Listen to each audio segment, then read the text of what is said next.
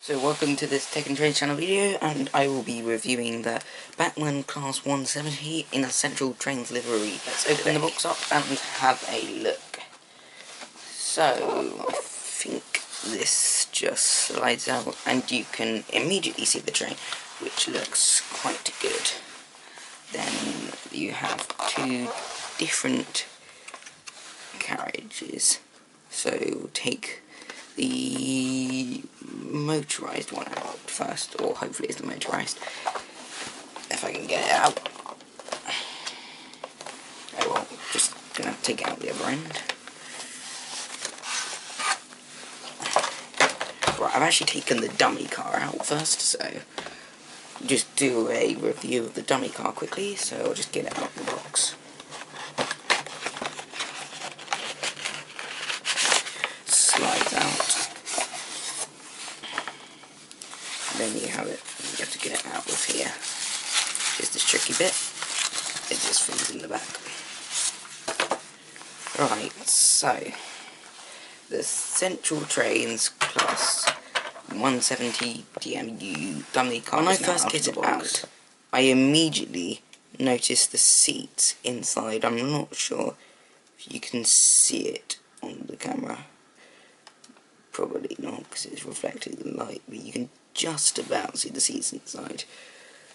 I also noticed there is lots of detail on the doors. I'm not sure if you can see that it's actually raised, it's not just painted on like Hornby trains. Then you have just general extensive detail all down the train. Which Bachmann seems to have done very well. Moving on to the carriage or chassis, one of the reasons why I specifically like Bachmann models is that they don't just have it stenciled on, they have it all cut out, they have all the things cut out, which is completely opposite of Hornby, who just draw all of this stuff in. They don't really cut it out. I'm not sure if you can really see the 3D of it, whereas the Hornby one is basically just 2D. This train, I don't know if you can see, has pickups on all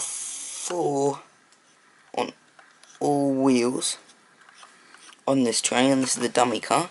Has pickups on every bogie. I'm not sure if you can see, but it's slightly unnecessary having pickups on every single bogie on the dummy car, because it's only got directional lighting. But the good thing is, if that makes it work better than Hornby, well, if you look at the front of the train, I'm not sure if you can see it because of the reflections, but inside, when I first look at it, I can immediately see the circuit board, which is just up there for the lights, so not too impressed with that. But there is directional lighting on this model, there are side lights at work, there are headlights at work, that light even works, there's rear lights. We've even got this nice coupling, although since this is an older Bachmann model, I think this coupling is cannot be taken off, so yeah. And there is also a very nice destination display, which you don't get on Hornby models generally, but it's what makes Bachmann models nice, all of this detail. Then you've got the running number 170515, and overall I think the front of this train, as well as the sides, are quite good detail. If you look at the back of the train, there is some extensive detail, as well as the rest of the train. Oh, we'll just get it on camera, because there are hazard signs there, which are just about readable, although you won't be able to read them on camera. There's another one there, and then they've got all the train details right there, which will tell you like the weight, the length, etc., etc. of this carriage in real life. But there's nothing really special about these doors. It doesn't really do anything, just doors. One of the reasons why I like older Bachmann models, you don't have the fiddly coupling, you just have one of these.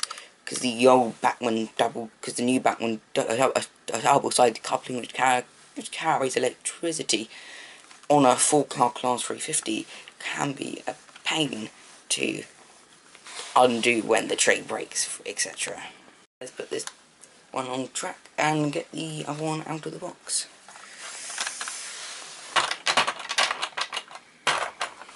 Just leave it by the side of the track. I'll just skip this unboxing bit because you saw me do it with the other carriage, so it's not really necessary to show me how to get, for me to show you the motor carriage out. And this carriage is of course really heavy, but one thing that I really like about the 170 compared to the Bachmann old design of the 150 is that they haven't blacked out all the windows of this train.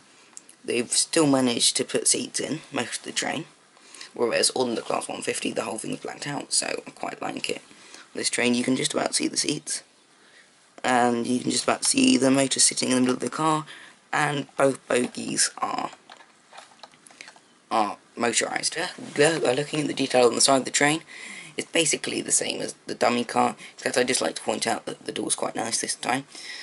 And then if you look at the roof of this train, there is extensive detail, which is one reason why I like Bachmann models compared to Hornby models. Because Hornby just tend to stick a plain grey roof on the train, whereas Bachmann actually bother to put some detail on it.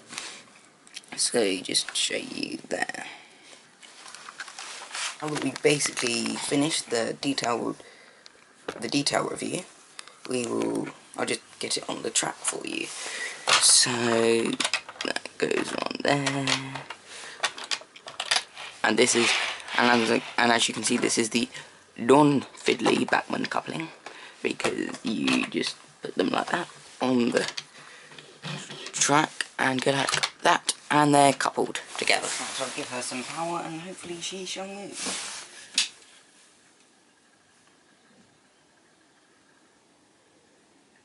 Hopefully. Oh, there she goes.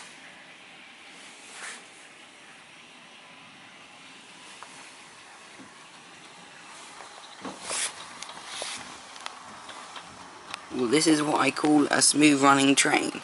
I really like the Class 170s because they generally run really smoothly.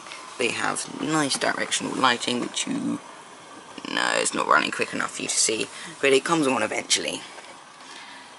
But these trains run very smoothly and they have quite a high speed.